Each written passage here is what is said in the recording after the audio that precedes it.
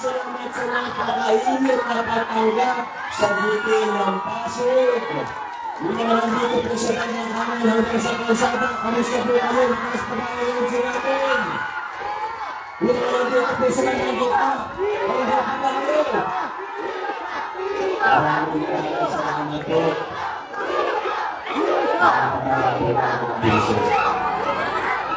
Yung mga nandito sa tabi ng speaker, masarap po kayo kayo. Ano lang kayo? Ano ba baka matuloy po kayo dyan. Yung mga bata!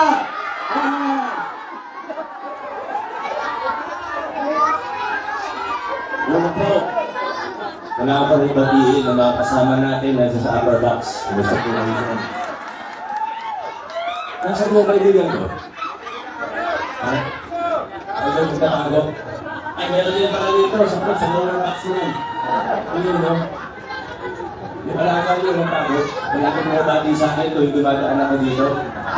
Ay, may tapos general admission na po yun, ha? Ano po? Ate, baka mahulog kayo dyan. Ano na po?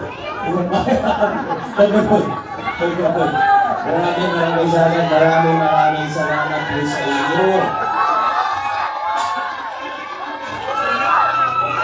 Sino po ba rito ay taga-Belisaro? Pero balita ko, ang daw yung mga taga-Apable, nandito po. Maraming salamat po sa inyo. Ito yung pagkakataon, babalik pa naman po kami sa Saga, ano? Talagang maraming salamat. Sa mga nagpagawa po ng mga, ano ba tawag dyan, headband? Ano, ganda po ng headband ninyo. Meron po bang ganyan sa palengke? Salamat. Yung sa nagpabili ng mga, ng mga lobo, maraming salamat. Si Lobo.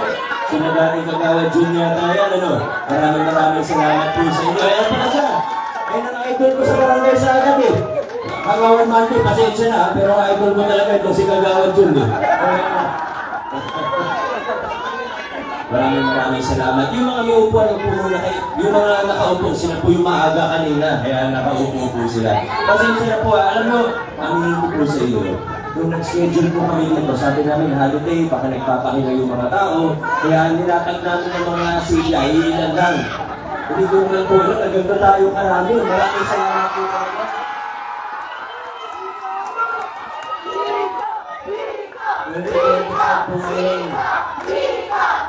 Mga bago po na alam mo habang naupo po kami, sabi nga ni Coro, may pinakita po sa amin si Konsihal Kiko na picture galing sa na-flashback mula dun sa 6 years ago.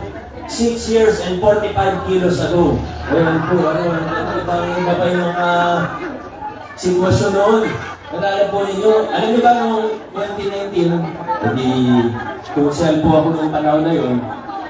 Alam niyo, nung una po akong umikot sa Sagat, pagkatapos ko po nag-file ng aking kandidatura, para mayor na po yung panahon na yun. Meron pong lumapit sa akin sa City po nangyari ko. Hindi ko na sa pangalanan, ano na, kaibigan ko naman yun.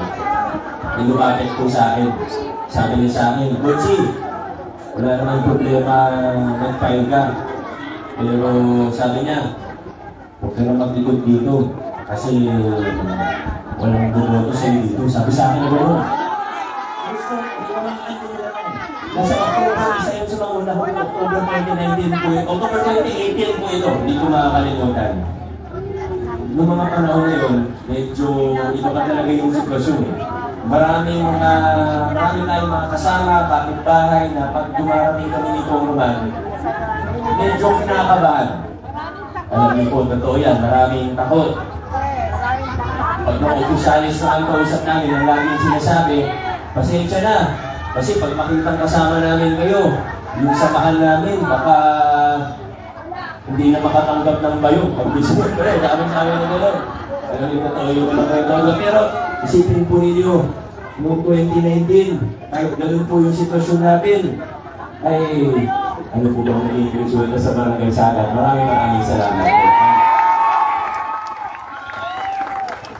At mula ng mga panahon na yun, 6 years and 45 kilos ago, ang layo na po nang narating natin bilang isang lungsod. Kasi sinigaw natin noon pagbabago, iba naman. Pero siniguro po natin na yung pagbabago ang ipapatupad at ipaglalaban natin ay hindi mananatili yung mababaw na pagbabago natin. Kasi pwede magkaroon ng pagbabago, pero mukha lang pala ng mayor, pangalan lang pala ng mayor yung nagbago. Pero yung sistema ng politika, yung kultura sa pag-gobyerno at sa lokal na pamahalaan, ganun pa rin pala. Ayaw natin yun. Ano po bang ginawa natin? Una, tinalikuran na natin yung sistema at kultura ng takutan. Ngayon, pagkakampi ka, walang problema. Siyempre, may benepisyo galing sa gobyerno. Pero kahit kalaban ka, ganun pa rin po, pantay-pantay ang tingin sa atin ng ating pamahalaan. Walang pinipili, walang kaburan, hindi yung sino lang na malapit sa kusina, ayun yung mas mabibigyan ng pagkakataon. Nung una po ako naging mayor, siyempre, bibisitahin po ako ng mga kapitan, ng mga ibang barangay officials. Nagulat po ako kasi yung mga ibang kapitan, ibang barangay po natin. 30 barangay tayo, wala po akong tinutukoy kung ano. Basta in general na lang po. Baka sabihin mo, may pinariringgan ako, wala po. Yun. Ano pa po siya na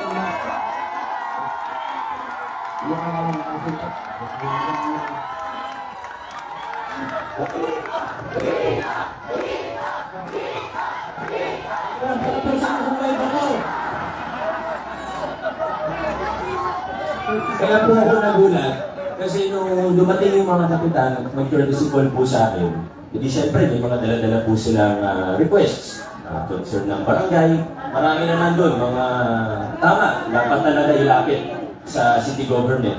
Pero may mga iba, gaya ng mga walis, tabo, balde, panglinis ng banyo, mga sabon at lahat. Pati yun, nire-request sa city government. Nagulat po ako. Tinanong ko sila, ba't ganyan? Dati daw kasi yun talaga. Pag mag-request ng project, ng building, pag malakas ka, pag malapit ka, lahat granted. Pag hindi masyado, baka iilan lang ang bigyan ka sa ilan, sa iba, medyo pending muna. Pag hindi na talaga katikit, baka walang matanggap ang inyong barangay. Posible daw, nangyayari daw po yun. Ngayon, ayaw natin ang ganyung klase ng pag-gobyerno. Bakit po? Tandaan po natin na ang kapal ng bayan, ang laman po yan, hindi po galing sa bulsa ng politiko. Hindi ko po pera, hindi kailanman dinaming pera ng mayor ang kapal ng bayan. Kung sarili kong pera, pwede ako mamili kung sino bibigyan ko. Pero, pamasokan daw, school building, hindi naman pera yan ng mga opisyalis ninyo. Kaya, wala din po kami karapatan. Pinaglalaban natin na pag-gobyerno, estilo ng pag-gobyerno. Wala kami karapatan na mamili. Pinalikuran na natin yung palakasan, yung takutan. Alam niyo po, ginawa natin para hindi na kailangan dumikit sa mayor. Hindi na kailangan na malakas ka sa mayor bilang barangay official. Alam niyo po yung ginawa natin? Ang ginawa po natin sa tulong ng City Council po natin ay ginawa natin na may automatic na tulong ang mga barangay government o pamahalaang barangay mula sa city government. Nabalitaan niyo na po ba ito na may tulong po ang city government para mapabilis ang mga servisyo? Siyempre, ang barangay yan yung frontliner ng ating pamahalaan. Di ba? Siyempre, ang city, maraming isip, 30 barangay, sa 1 milyon na ang Pasigueño. Maliliit na concern. Siyempre, sa barangay muna dapat. Yan naman po ang tama. Kaya ang ginawa natin, nagbigay ng tulong ang city government sa mga barangay. Alam mo po kung magkano? Sa lahat ng barangay po ito. Yung iba po alam, pero parang yung iba po hindi pa po nababalitaan. Bakit po? Dapat po alam natin. Ang city government natin, pag maliit na barangay, kagaya ng Sagad, nasa 3 million per year ang assistance ng city government papunta sa barangay. Pag malaking barangay, nasa 5 million po yan. Pag nalibutit ang maayos ng barangay, Yung 3.5 million, pag nalibigay po yan ng barangay, nagdadagdag pa po kami ng plus 1 million. So 4 million po para sa maliit na barangay, 6 million para sa malalaking barangay.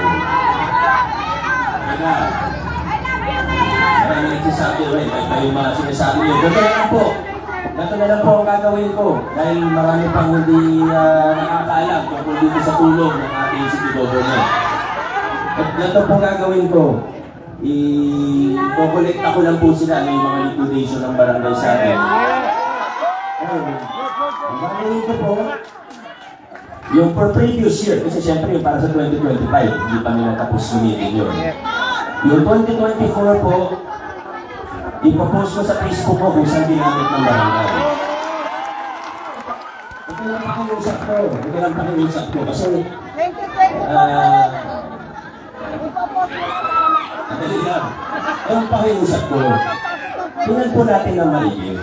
Huwag natin husgahan kagad. Okay lang po ba yun? Hindi porket kaaway natin o nasa kabilang bako, tayo husgahan kagad. Tingnan natin ang maigid. Suriin natin, tingnan natin. Pag sinabing ganitong project, baka naman yung ganitong project talaga. Hindi nyo lang nabalitaan. Hindi nyo sinuri. Ito na lang po yung susunod ko po. Pero babalik po ako sa punto ko. Kaya ako lang naman po yung pinagawin ko sa inyo. Dahil pinapakita po natin na posible yung pantay-pantay. Na hindi yung palakasan, kailangan malapit ka sa kusina, kailangan nakatipid ka sa mayor. Pinapatunayan natin sa Sagad at sa lahat ng barangay dito sa Pasig na pwedeng tanggalin yung politika sa trabaho. Pag nakupo na, pagtapos ng eleksyon, kailangan pantay-pantay ang tingin natin sa bawat isa. Pero siyempre kailangan din maayos at ang isa sa prinsipyo na tinataguyod natin, alinsunod sa mga prinsipyo ng mabuting pag-gobyerno, ay kailangan ang mga opisyalis ninyo, ang gobyerno ninyo, ay may pananagutan sa taong bayan. Tama po. Kaya alam mo, ilan mo yung pinagulakan natin. Pinayawan natin yung palakasan, tinanggal natin yung takutan, naglinis tayo ng ating pamahalaan. Kaya ko pong tumingin maka sa mata kahit kanino. At kaya kong sabihin na kahit isang piso, hindi ako tumanggap sa mga feedback.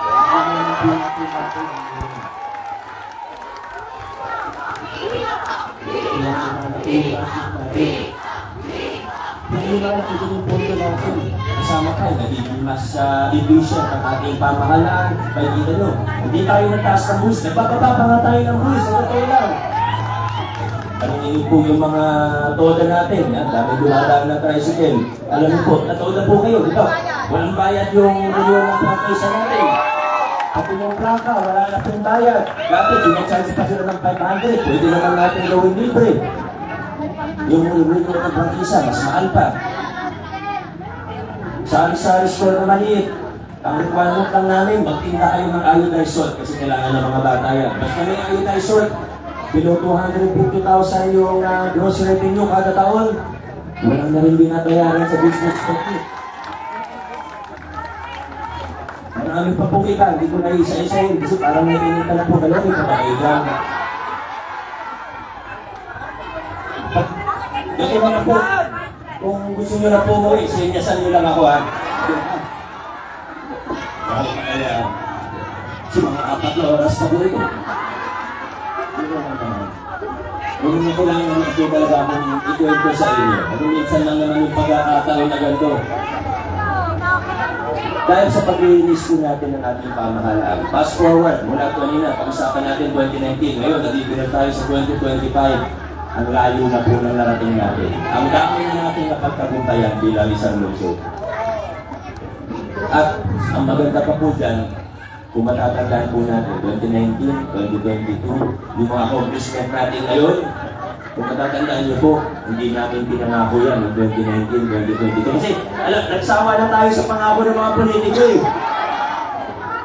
Barangay man, sa city man, hanggang sa national, lagi tayo nakakarinig ng mga pangako. Nanawa na tayo sa pangakong natin. Hindi Madali naman kasi magsalita eh. Kaya kong ipangako ang langit at lupa sa inyo. Lahat ng imposible, sasabihin ko. Gagawin na, pero ang pasigilyo, hindi madaling mabola. Tama po ba? Ito ang mabola ang pasigilyo eh. Ang pasigilyo mapanuri kasi ang pasigilyo matalino, nag-iisip. Hindi po kinaisin natin, nila yun. Eh, tinitingin ang pasigilyo, ano ba sinasabi niyan? Totoo ba sinasabi niyan? Posible ba sinasabi niyan? Pasigilyo, nag-iisip. Pero kami sa giting ng Pasig, hindi man kami mahilig pangako. Ang commitment po namin sa inyo, ay basta kung kaya gawin, gagawin na lang po natin. Kaya ngayong 2025, ako po ay nangangako sa inyo. Ako ay nangangako na hindi ako mangangako.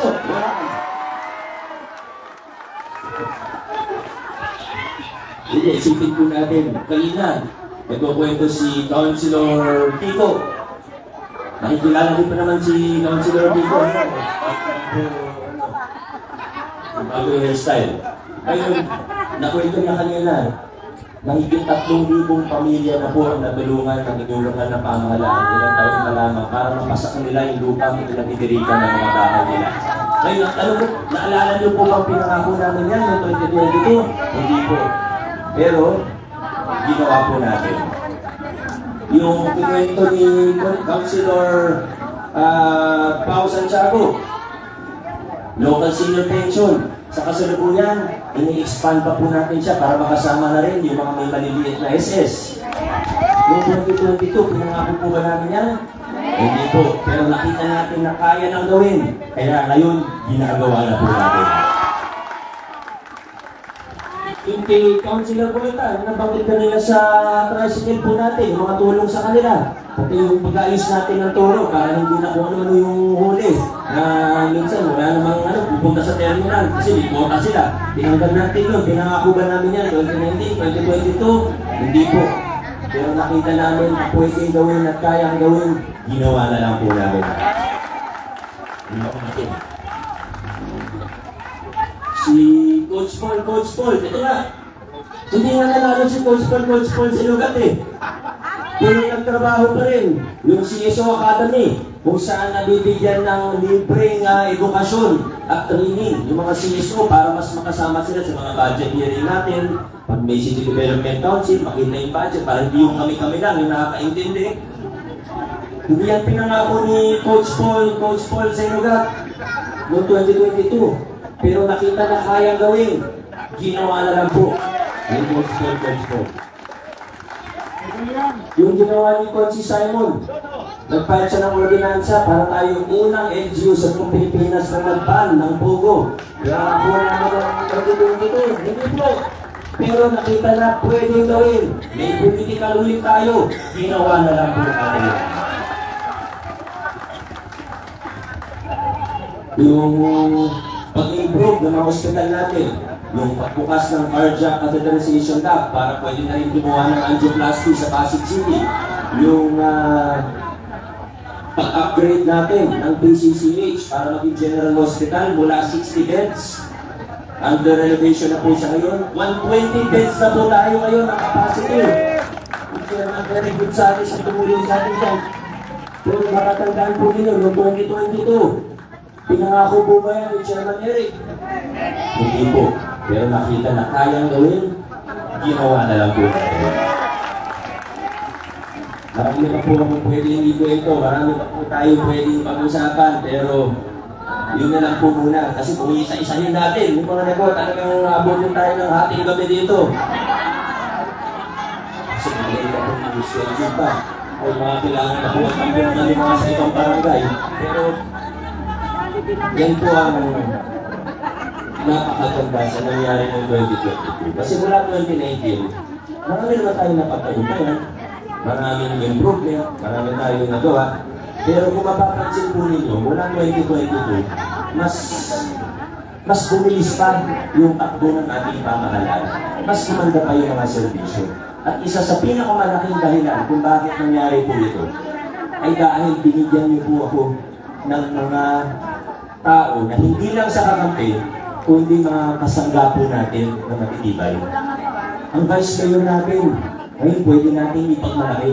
Hindi pa na-upset, agi pong nandyan, nagtatrabaho, nag-iisip ng mga solusyon. Isang mahusay na tagapangasiwa ng City Council, yan po si Vice Mayor Dodot Jaworski. Ang congressman natin, sa totoo, kahit di mo siya panggitin, kilalang kilala niya at nakita niyo na po kung ano yung mga kaya niyang gawin, ano yung mga nagawa niya na sa Kongreso, maduduto sa ating lungsod. Napakarami po. At sa totoo, kung ililista po natin yung mga accomplishment ni Congressman, naku, hindi po magkakasya dyan sa Pamaypay, sama rin lang po yung nasa Pamaypay. Mga napili-limang Pamaypay siguro ang kailangan para magkasya yung pangalan ng mga pratas lang na nasulat po niya. Yan po ang ating Congressman Roman Roque. Ibigay na ang pangalan nila ulit. Councilor Eric Gonzalez, Councilor Simon Mancoco, Coach Paul, Fernanda,